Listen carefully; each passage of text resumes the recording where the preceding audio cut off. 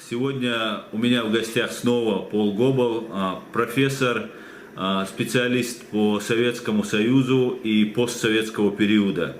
Сегодня мы снова зададим вопросы, те вопросы, которые вы задавали мне там в комментариях. И сегодня еще новые вопросы, которые у меня возникли. Я сегодня задам Полу Гоблу, и мы услышим от него экспертное мнение. Здравствуйте, уважаемый Пол Гобл. Здравствуйте. Сегодня я хотел бы начать наше общение с вопроса по поводу санкционной ситуации в России и что может ожидать Россию. Будет ли это похоже на период санкций там, Советского Союза и Ирана, допустим, как сейчас происходит ситуация? In today's world, sanctions are very important. В современном мире санкции очень важны. Они важнее, чем многие могут подумать. Они не просто предназначены заставить другие страны изменить свою политику. Они отражают ценности людей, которые вводят эти санкции. Этим они отправляют месседж. Это послание людям, страны которых нарушили правила, что Соединенные Штаты и Запад не принимают эту ситуацию. Но также не менее важно, чтобы послать миру сообщение о том, что существует такая вещь, как международное право, и что оно должно быть соблюдено. Некоторые люди в настоящее время говорят, что поскольку санкции не привели к изменению политики Москвы или других стран, это является основанием не продолжать их. Но если санкции будут сняты, это будет иметь гораздо более негативные последствия, чем не вводить их с самого начала. Исходя из этого, любому преступному государству было бы очевидно, что оно может делать то, что захочет. И если оно будет ждать достаточно долго, западные страны пожертвуют своими принципами, чтобы получить какие-то временные выгоды от снятия санкций. И это было бы трагедией не только в случае с Россией и Путиным, или с Ираном, но и отправило бы сообщение другим странам по всему миру. Ты можешь делать все, что захочешь, если имеется ядерное оружие, и при этом не придется никогда извиняться и отступать. И следствием этого станет мир с возможно, 20 или 30 ядерными государствами, а в такой ситуации почти наверняка через десятилетия или даже меньше будет ядерная война. Что-то более ужасное, что может себе представить большинство людей.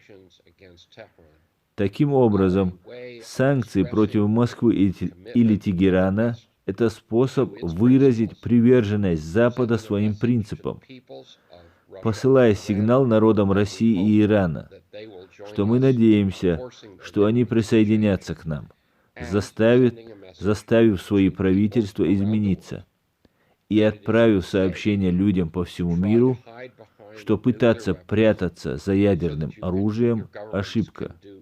Ваши правительства могут совершать преступления, нарушая международное право. Пол, это является большой поддержкой для стран России, стран Ирана, для народа России, народа Ирана, что вот эти санкции, которые накладываются, являются большой поддержкой. И я понимаю, что русские и россияне сами должны принимать участие в своей судьбе. И это правильно, это правильно. Я вот следующий вопрос, перейду к следующему вопросу.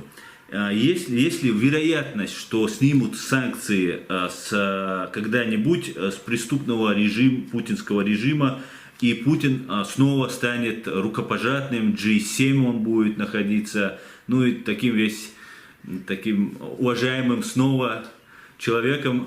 Возможно ли такое? I think that the chances that any conceivable sanctions would cause Vladimir Putin to change. Я думаю, что шансы на то, что Путин примет какие-либо санкции и это заставит Владимира Путина изменить свою политику весьма ограничены. Я хотел бы видеть гораздо более жесткие санкции, чем мы ввели, но я сомневаюсь, что это произойдет. Но Путин не вечен, и предельно важно, чтобы мы его заменили. Когда он уйдет со сцены, как бы то ни было, русские, которые сформируют новое правительство, будут играть по правилам международного права. Это Путин регулярно нарушает право. Поэтому важно донести эту мысль. Немного надежд, что Путин изменится, поэтому отмены не будет. Но Россия после Путина может измениться, а также отношения с остальным миром. Спасибо, спасибо, Пол. И будем надеяться, что с приходом после путинской эпохи Россия станет наконец-таки, если это когда-нибудь возможно, демократической страной. Я являюсь последовательным сторонником, Пол, вхождения после деоккупации нашей страны в Евросоюз и в страны НАТО, и в Союз НАТО, в блок НАТО. И позавчера я сделал такое объявление у себя в стриме, и очень много откликов получил, очень хороших и очень негативных в этом плане. И, конечно же, этот вопрос пока преждевременный, но хотелось бы спросить, примут ли Ичкерию в НАТО, и что после деоккупации нам нужно для этого сделать? Well, I very much hope that the last empire will disintegrate and that its many peoples will have the choice, will have the chance to make a choice as to what future they will have. И я очень надеюсь, что последняя империя распадется. И это даст многим народам возможность сделать выбор относительно своего будущего. И этот выбор не должен быть продиктован кем-либо посторонним. Это должен быть выбор самих народов. И это не должно быть продиктовано теми лицами нынешней империи, у которых больше оружия. Он должен основываться на принципе права всех народов на самоопределение, и индивидуальном, и как нации. И я верю, что это произойдет. Я считаю, что мы наблюдаем за распадом Российской империи, который продолжается уже более 100 лет. Распад начался во время Первой мировой войны, а после гражданской войны в России. Он продолжился в 1991 году, и я верю, что так будет продолжаться. Процесс распада будет другим. В нем будут задействованы разные участники. Он будет гораздо более сложным, чем тот, который мы видели в 1991 году. Но таким, что никто не в силах его остановить. Ни в Кремле, ни где-либо еще. Итак, мы должны подумать о том, какие меры могут быть достигнуты, включая помощь извне, чтобы процесс был мирным и стабильным, насколько это возможно, с наименьшими человеческими жертвами и наименьшим количеством человеческих страданий. Я думаю, что различные организации должны играть определенную роль, но мы должны помнить, что некоторые организации, которые могли бы сыграть очень позитивную роль, если бы не было никого, кто мог бы противостоять им, могли бы в действительности спровоцировать ситуации, которые могут ухудшить положение. Поэтому действовать осторожно – это лучший способ, понимая, что это за процессы. Let's put it that way, as it can be. I think there is a role for a variety of institutions to play, but I think we have to remember that some institutions, which could play a very positive role if there was no one around to respond to against them, could in effect provoke situations that might make things worse. So proceeding cautiously is the best way, but being aware that this is a process that is very much in train and that is not going to be stopped is a requirement for all those who want to think about the future of Eurasia. Да, спасибо, Пол. Я тоже на это очень надеюсь и тоже очень верю, что империя развалится, что тюрьма народов разойдется. люди, оккупированные этой страной, смогут жить свободно и, наконец-то, на самой большой и последней империи в истории человечества, наконец-то вот будет поставлена жирная точка. И огромное вам спасибо, и всем американцам спасибо, что вы к этому прилагаете усилия. Спасибо вам большое. Я знаю, я, кстати, хотел вам передать привет, салам, маршал, свободу, да, по-чеченски, часть свободы от Ильяса Ахмадова, нашего экс-министра иностранных дел. И вчера я с ним разговаривал, поэтому общался. И хотел бы как раз с ним, мы затрагивали одну тему, и хотел затронуть эту тему с вами. Вот я знаю, что вы долго занимались проблемами стран Балтии и до приобретения ими независимости, да? И как мы знаем, эти страны сейчас являются и входят в Европейский Союз, и являются членами НАТО. Как вы считаете, какие у них были ошибки и какие шаги они совершили в правильном направлении? И чем чеченскому гражданскому обществу, которое находится тут за рубежом, чем должно заняться это гражданское общество в первую очередь для подготовки к будущей деоккупации нашей страны? Вот на примере стран Балтии. There is no nation within the borders of the Russian Federation today whose leadership was more committed. Сегодня в границах Российской Федерации нет народа, руководство которого было бы более привержено идее Прибалтийской линии, чем Чечения.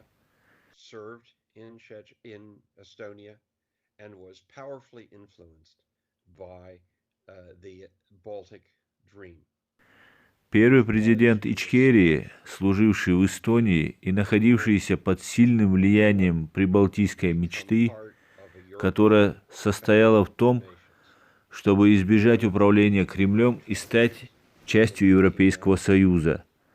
Одна из величайших трагедий 90-х годов заключается в том, что эта мечта не осуществилась из-за российской жестокости, которая не позволила Чечне вырваться из лап Российской Федерации.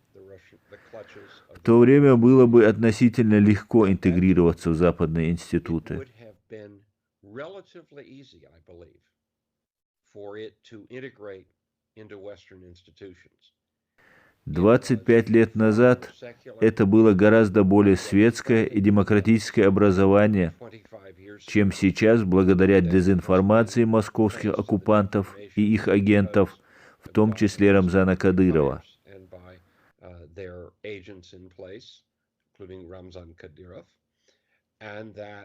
Настоящим понадобится больше времени, чтобы преодолеть не только последствия московской оккупации, но и последствия чеченской оккупации со стороны режима, который совсем не привержен западным ценностям.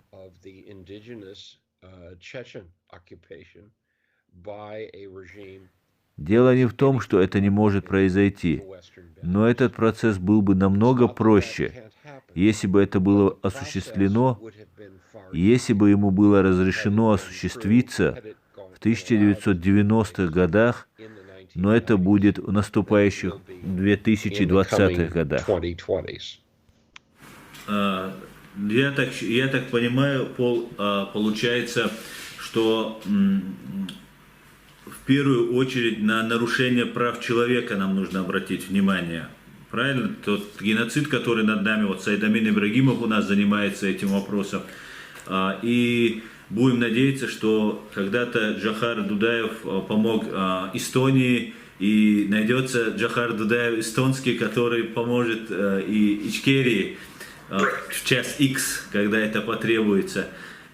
Знаете, еще что я хотел у вас спросить, Пол? Вот когда развалился Советский Союз, США, не знаю, с чем это связано, может быть, это не так, не воздействовало до конца на Россию, и вот КГБ, которое было вот преступнейшей организацией наравне там с гестапо или даже хуже, может быть, Вот почему тогда не уничтожили вот этот КГБ полностью, да, люстрацию провели, реорганизацию полную?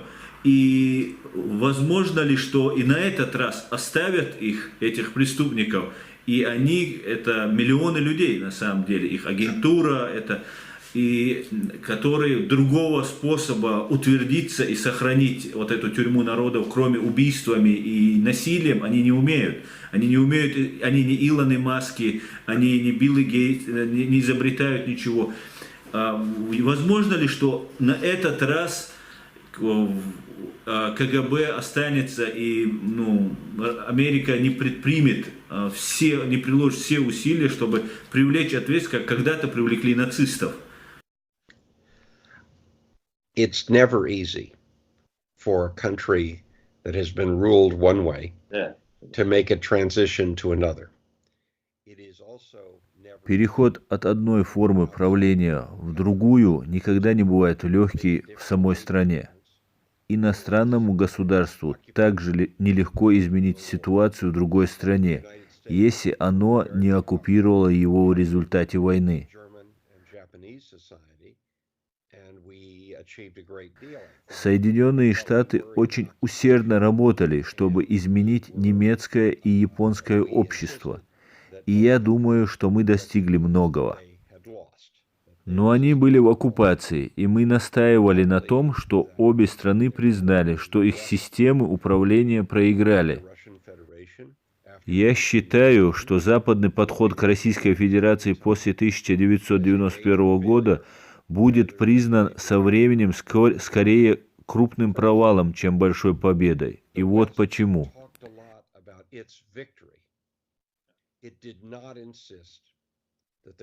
Во-первых, Запад много говорил о своей победе, но не настаивал на том, чтобы власть в Москве признала, что потерпела поражение, которого никогда не было. Все на Западе говорили: «Мы победили», они не говорили: «Ты проиграл».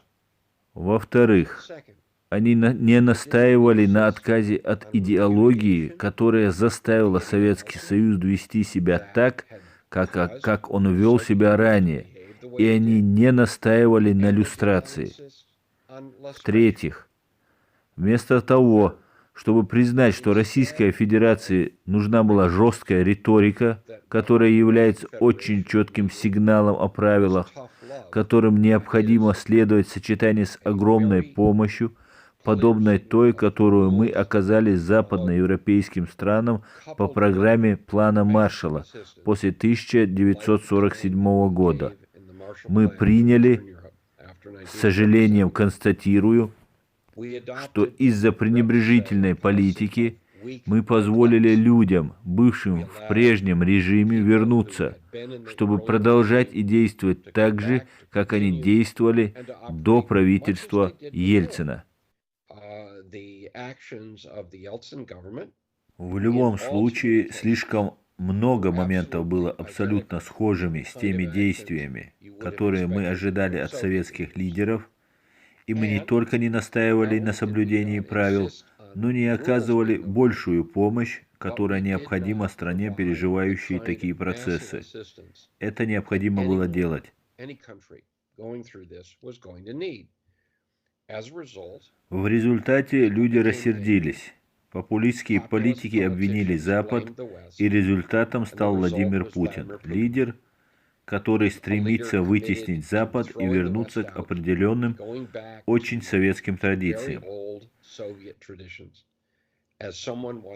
Однажды кто-то сказал: нет бывших агентов КГБ, точно так же, как нет бывших немецких пастухов. Путин был офицером КГБ, в душе он остается офицером КГБ, и он ведет себя соответственно. Никому никогда нельзя позволять находиться рядом с рычагами власти.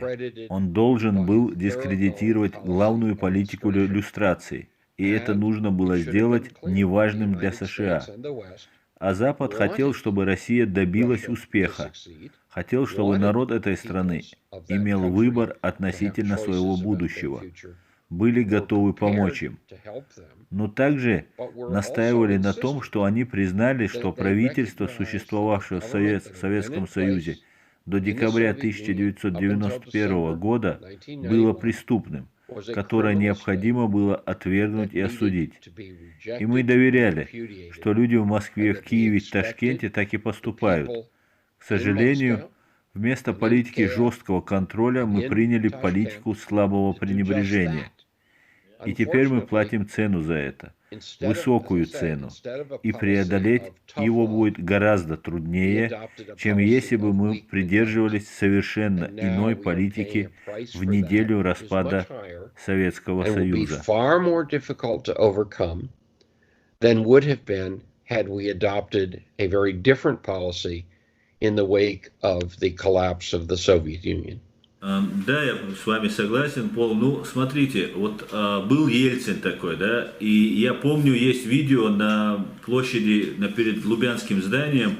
Ельцин, видно, как он сильно волнуется, что народ пойдет на здание Лубянки, штурм будет этого здания Лубянки. И он им говорит, мы же не пойдем, он 2 раза или 3 раза даже повторит, мы же не пойдем на штурм от Лубянки, потому что народ знал, где зло находится и хотел туда. И сегодня есть такой же наподобие и внешне даже очень похожий человек, как Навальный. И эти люди создаются искусственные симулякры, и я надеюсь, американцы видят это, люди заинтересованные, видят, что эти люди, в любой момент они гарантируют безопасность. Вот именно главному этому режиму, Спруту, и все, остальное все мы готовы менять. Мы из коммунистической идеологии готовы сделать капиталистическую идеологию. Хотите, сделаем там иранскую идеологию, без разницы. Но главное, чтобы сохранились вот этот Спрут. Вот этот. И главное, чтобы понимали на Западе, что откуда это зло идет. Вот о чем я хотел бы донести и до вас тоже. I agree. I fear that we have not been willing to understand and to admit to ourselves that. Я боюсь, что мы не захотели понять и признать, что проблема была не просто в коммунизме. Проблема заключалась в том, что советский российский империализм, с которым мы имеем дело и который является угрозой для Запада и народов региона, в меньшей степени исходил из доктрины, исходящей из Карла Маркса, чем от того, что имеет гораздо более глубокие корни. И проблема больше, чем та, которую, как мы думали, мы могли бы решить.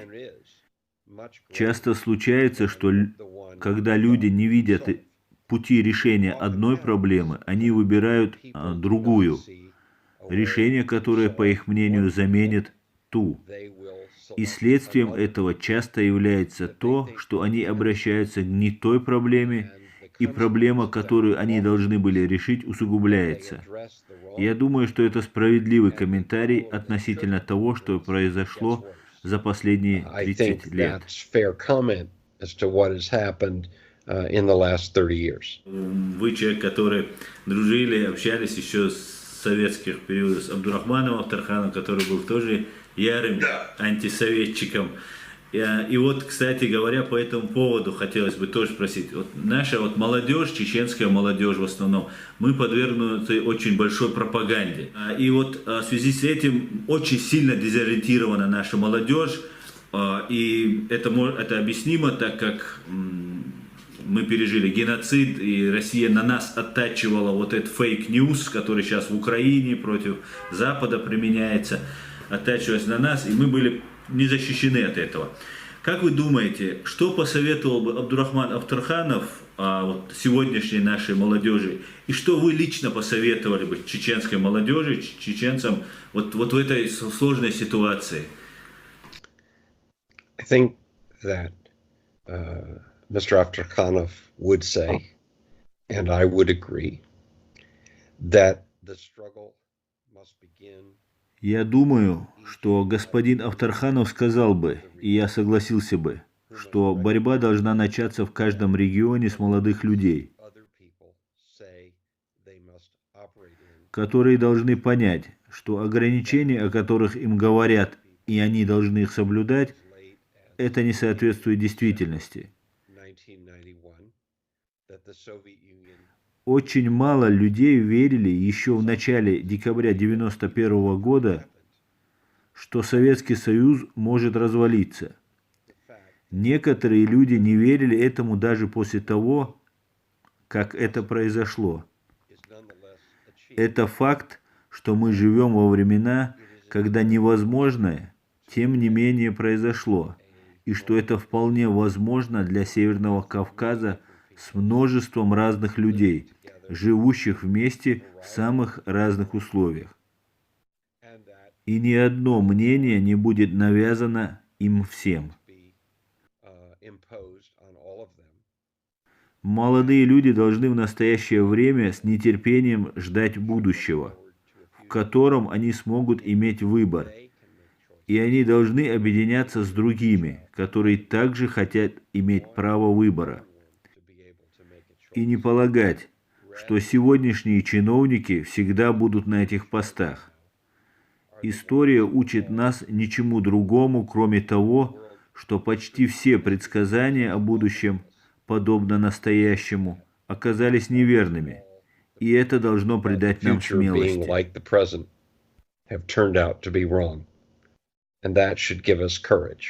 Мы помним, как Билл Клинтон сказал закончить войну, первую еще российско-чеченскую войну, малой кровью.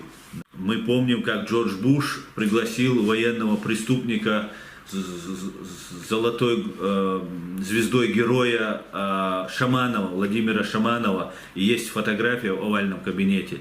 Мы, чеченцы, на это очень хорошо замечали и реагировали.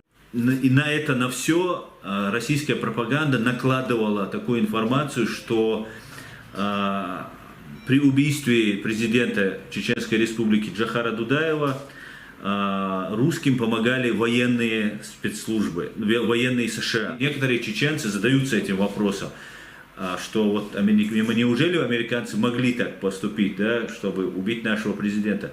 Вы можете опровергнуть эти слухи? As far as I know, there was no truth in that collaboration. I understand why people believe otherwise. We in the West made many mistakes. Насколько я знаю, нет ни малейшей правды в том, что имело место такое сотрудничество. Я понимаю, почему люди верят в обратное. Мы на Западе совершили много ошибок, главным образом из-за невежества. Большинство людей, возглавлявшие наше правительство, просто не знали, что происходит. Не понимали. Им было достаточно трудно иметь дело с одним Советским Союзом, не говоря уже о 15 странах. А потом, когда им сказали, что это еще не все, стало еще сложнее. Я не верю, что такой заговор был. Я верю, что Москва заинтересована в том, чтобы такое мнение у вас существовало. Это говорится для того, чтобы чеченский народ был еще более изолированным, чем является на самом деле. Есть очень много людей по всему миру, которые поддержали и поддерживают вас. И они не должны верить в то, что говорит Москва, если только не предоставлены доказательства. Меня однажды спросили о чем-то, что сказал Путин. И я сказал, он лжет. И меня спросили, откуда я это знаю, и я сказал, что он шевелит губами, и когда он говорит, он всегда лжет. К сожалению, это не то, что большинство людей пока готовы сказать, но это важная вещь для изучения. But it is a not unimportant thing to learn. Спасибо вам большое, Пол. Я бы хотел вам еще выразить большую благодарность за то, что вы приняли участие в создании чеченской радиостанции «Радио Свобода», «Радио Маршу». Огромное вам спасибо за все, что вы делали, за все, что вы делаете, и за все, что вы сделаете еще впереди.